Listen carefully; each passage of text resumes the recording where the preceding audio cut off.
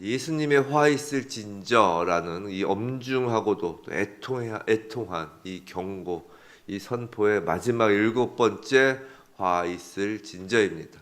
서기관들과 바리새인들은 선지자들의 화려한 무덤, 의인의 비석을 꾸미는 일을 하였습니다. 그들이 그런 일을 한 이유는 자기들이 자신의 조상들 시대에 살았다면 선지자들과 하나님의 사람들 자신들은 학살하지 않았을 것이다 라고 표현하기 위함입니다. 즉 자신들이 선지자들의 후손이라고 말하고 싶었던 것입니다. 그러나 그들의 바람과는 달리 예수님은 그들이야말로 선지자들을 죽인 자들의 자손으로서 선지자들을 죽인 자들과 전혀 다를 바 없는 자들이다 라고 힐책하십니다. 실제로 이스라엘의 마지막 선지자라 할 수 있는 세례 요한을 그들은 죽이고 메시아이신 예수 그리스도까지 죽임으로써 그들은 조상의 행위를 그대로 답습하였습니다. 그들은 다르다고 말하지만 실제적으로는 그들 조상들과 조금도 다름이 없는 자임을 스스로 보여준 것입니다.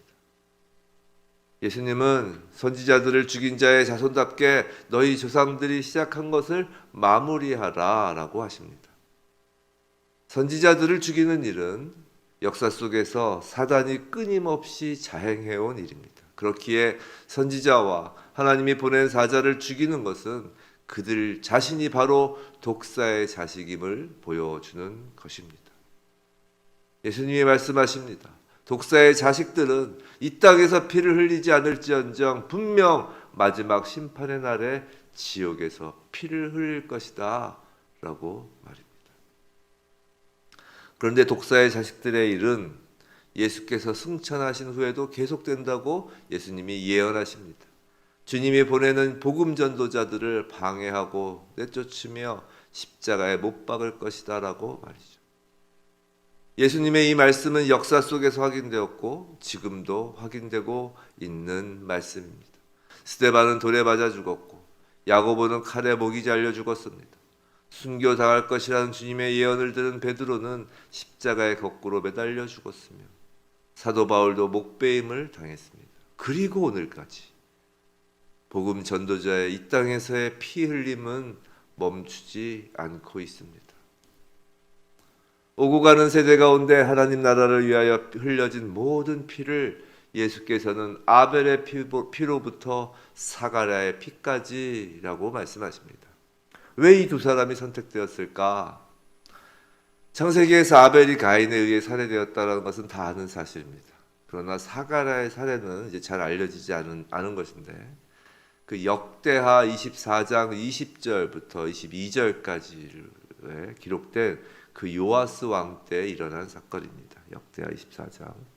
간략히만 말씀드리면 그 사가랴가 그 민족의 죄를 책망하자 요아스는 백성을 선동해서 왕의 궁정에 끌어내어 그를 돌로 쳐 죽였습니다. 오늘날 우리가 갖고 있는 이 성경과는 달리 히브리 성경에서 첫 번째 책은 지금 갖고 있는 우리 성경과 같죠. 히브리 성경책 첫 번째 책은 창세기인 것은 우리 성경책과 같지만 그 히브리 성경의 마지막 성경책은 역대하입니다. 역대하. 히브리 성경 지금 얘기하면 이제 구약을 얘기하겠죠. 우리가 부르는 구약. 당시의 성경은 다 구약이잖아요. 예수님 당시의 성경은 다 구약이죠. 첫 번째 책은 창세기고 마지막 책이 역대하라는 거예요. 즉 아벨의 사례는 성경에 나오는 첫 번째 살인 이야기이고 사가랴의 사례는 아까 역대하라고 그랬죠. 그러니까 성경에서 마지막 기록된 살인에 대한 이야기라는 것입니다. 성경의 역사는 예수님께서 그 말씀을 하시는 거예요. 성경의 역사는 처음부터 끝까지 하나님의 사람들에 대한 배척과 살해의 역사라는 거예요. 성경의 역사는 처음부터 끝까지 하나님의 사람들의 피 흘림의 역사라는 것입니다. 예수님은 분명히 예언하십니다. 성경의 역사 속에서 땅 위에 흘린 의인의 피가 다 이 세대에게 돌아갈 것이라고 말입니다.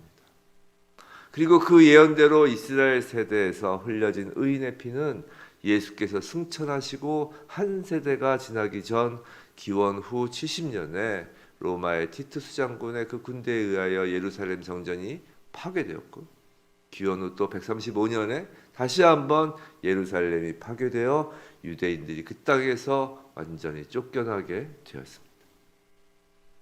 그러나 예수님의 이 예언은 당시 유대인에게만 해당하는 말씀이 아닙니다. 독사의 자식들, 양심의 화인을 맞아 이 땅에서 하나님의 사람을 죽이고 배척하며 학대하는 자들에게는 지옥에서의 영원한 피 흘림이 지금도 기다리고 있는 것입니다. 그리고 이 땅에서 흘려진 하나님 사람들의 피 흘림 위에 성경의 역사는 계속 쓰여지고 있는 것입니다. 성도 여러분, 우리는 모두 예수 그리스도를 십자가 위에서 죽도록 한 자들입니다. 예수께서는 다른 누구도 아닌 바로 저와 여러분 이 마음속에 가득한 죄로 그 죄의 창에 옆구리를 찔리신 것이고, 다른 누구도 아닌 저와 여러분이 머리로 지은 죄의 그 가시면류관을 쓰신 것이며, 다른 누구도 아닌 저와 여러분이 손과 발로 지은 죄의 그 못에 손과 발이 박히신 것입니다. 우리는 십자가를 멋지게 장식하고 십자가 첨탑 아래 경건한 모습으로 교회를 꾸미면서도 예수를 죽인 자가 바로 우리라는 사실을 잊는다면 오늘 그 서기관과 바리새인처럼 바로 그런 우리가 아직도 예수를 핍박하고 예수를 죽이고 있는 것입니다. 우리는 예수를 죽이고 핍박한 자라는 사실을 인정하고 거친 십자가 앞에 엎드려야 합니다. 사도 바울이 다메섹 도상에서 성도를 핍박하고 죽인 것이 바로 예수를 핍박한 것이라는 사실을 깨닫고 평생에 걸쳐 나는 죄인의 괴수였노라를 가슴에 품고 살았던 것처럼 바로 우리가 예수를 죽인 자라는 사실을 가슴에 품어야 합니다. 내가 예수를 죽인 자라는 사실을 잊지 않은 바울은 이 땅에서 피를 흘리지만, 내가 예수를 죽인 자라는 사실을 망각하고 또다시 예수를 죽이려 드는 서기관과 바리새인들은 마지막 심판의 때에 지옥의 피를 흘릴 것입니다. 이스라엘이 그러하였듯이 이 세대가 지나가기 전에 그 일은 반드시 일어날 것입니다. 성도 여러분, 어디서 피를 흘리시기를 원하나요? 이 땅에서인가요? 아니면 지옥에서인가요?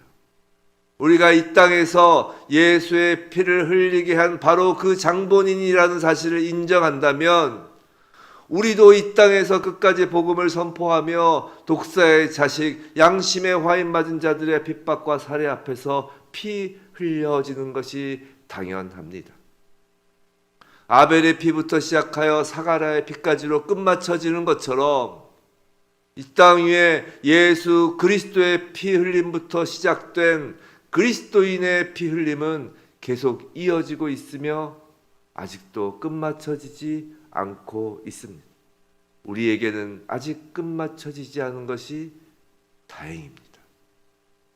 아직 성도의 피 흘림이 요구되는 땅이 남아있기 때문입니다.